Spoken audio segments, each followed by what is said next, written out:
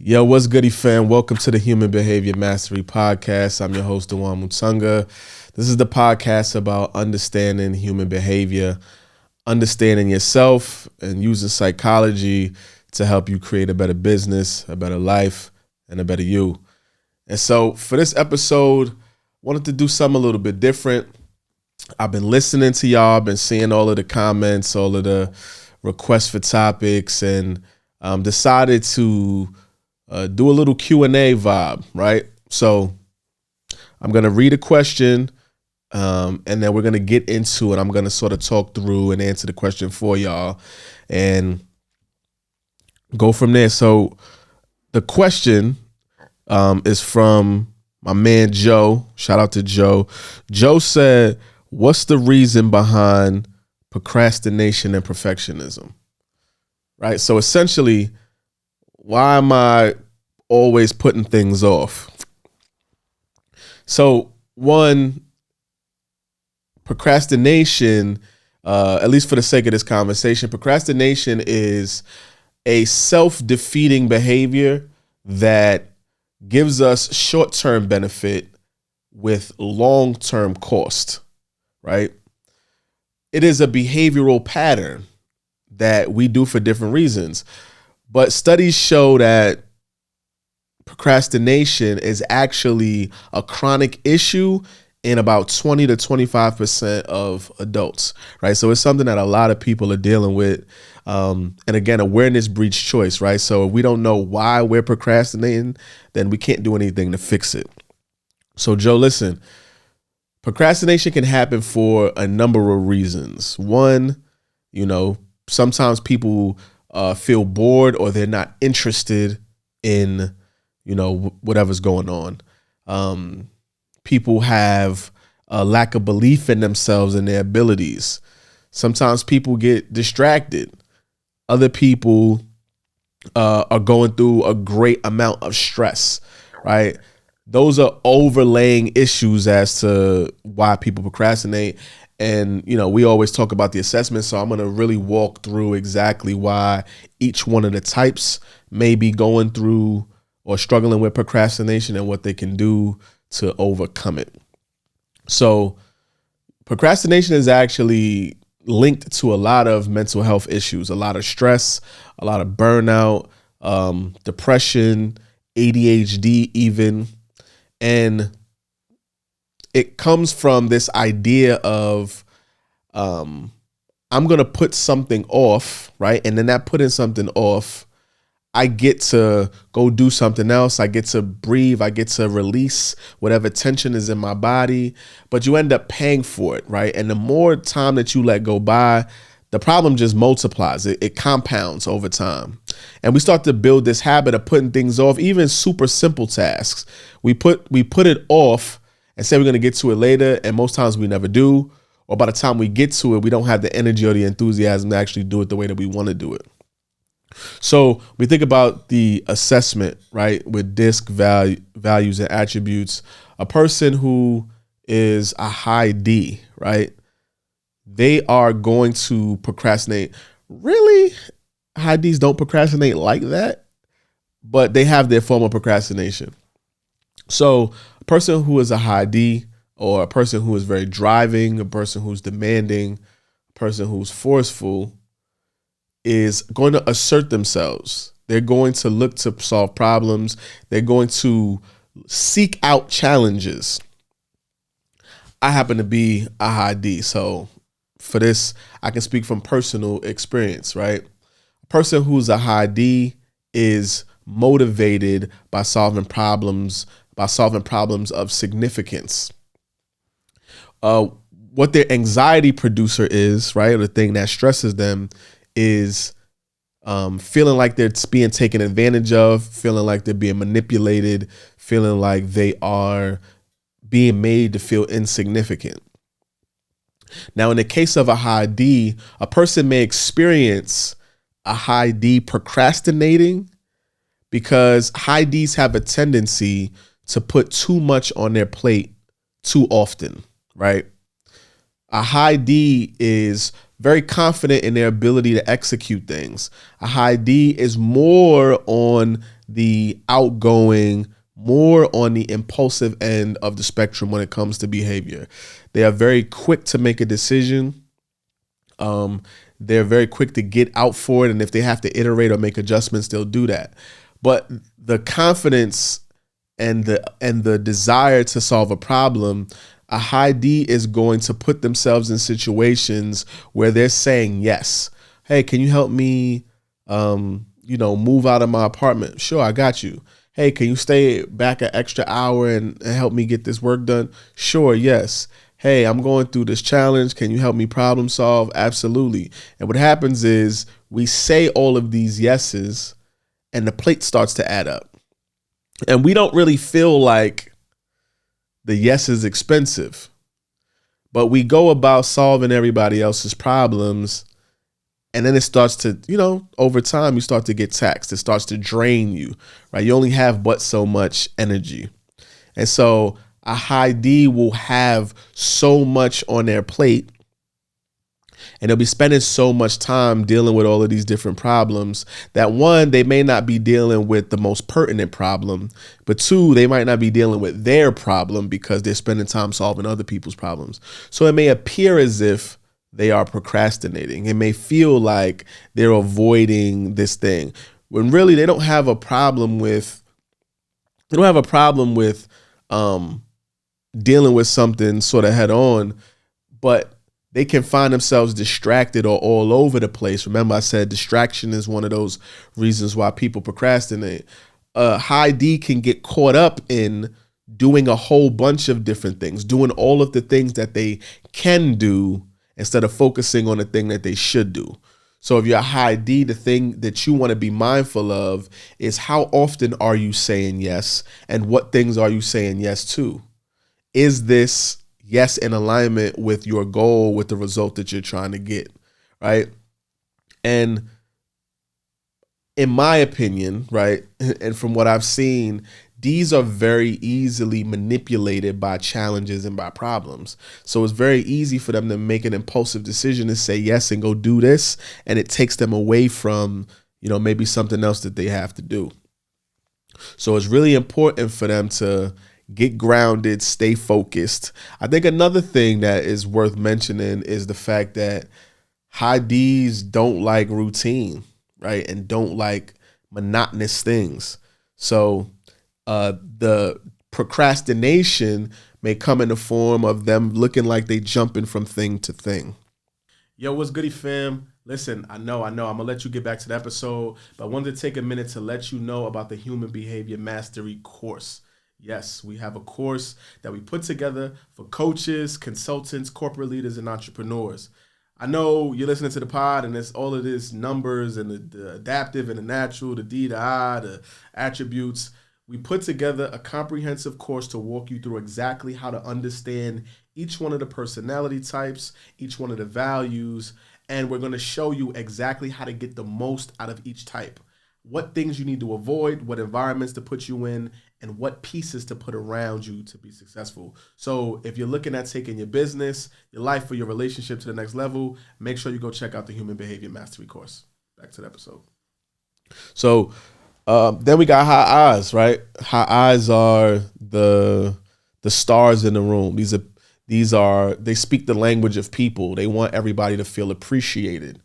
They are the most influential, persuasive individuals in a space at a given time, right? They are wired to make people feel appreciated, make people feel like they belong. Their biggest fear and their biggest anxiety producer is rejection. So high eyes can show up or can procrastinate because they're avoiding some form of rejection or some form of negative feeling. So, for example, if there's a high eye and you have to fire somebody or you have to cut off a relationship, the high eye may tap dance around that, may procrastinate at having the conversation, may avoid having an uncomfortable conversation. High eyes also are creative problem solvers, right? They're very fluid in their thought and they can be sort of in the clouds or in the air. But to others, it may seem as if they're not focusing on what the task is at hand. And it's not really it, but it's the experience that others may have of them. But it's really because they like to take an unconventional, unorthodox approach to things. And they really don't like to be bogged down with details. So for high eyes, they're about energy. They're wired for experience. They want everybody to feel good. They want the feng shui to be, on point. And they really don't want to make a person feel rejected. They don't want to make a person feel like they don't belong. They also don't want to feel rejected. So maybe somebody, you're a high eye and you're in sales, or you have a high eye that works for you and they're in sales. They may avoid making phone conversations or making sales calls because they're afraid of getting told no. It may appear as if they're procrastinating, but that's the root of the procrastination. Right? They actually may lack interest in what it is that they're doing. And if they're not interested because they're wired for experience, because they're feelers and they move off of emotion, if they're not feeling like it, if they don't feel inspired by it, it's a good chance that they're not going to do it. And it's important for us to understand the mechanics of why people do what they do and the ways in which they prefer to do them, because we may be judging somebody or labeling them and it's actually not appropriate, it's not fitting, or it's being taken out of context, right? So then we have the accommodating supporters, or the high S's. Now, high S's want everything to be paced. They want the environment to be calm. They want things to be predictable. They're very, very, very poised, very cool, calm, and collected. Their biggest anxiety producer is a lack of security, a lack of stability. And so for a high S, one, they struggle with prioritizing the things that they need to do. Again, they are supporters. They are accommodating. So they tend to get caught up or wrapped up into what other people are doing or what other people have going on, and they naturally want to support them. They want to help others. But they do that usually at the expense of what they have going on or what they need to be doing. The other thing is they tend to be more passive.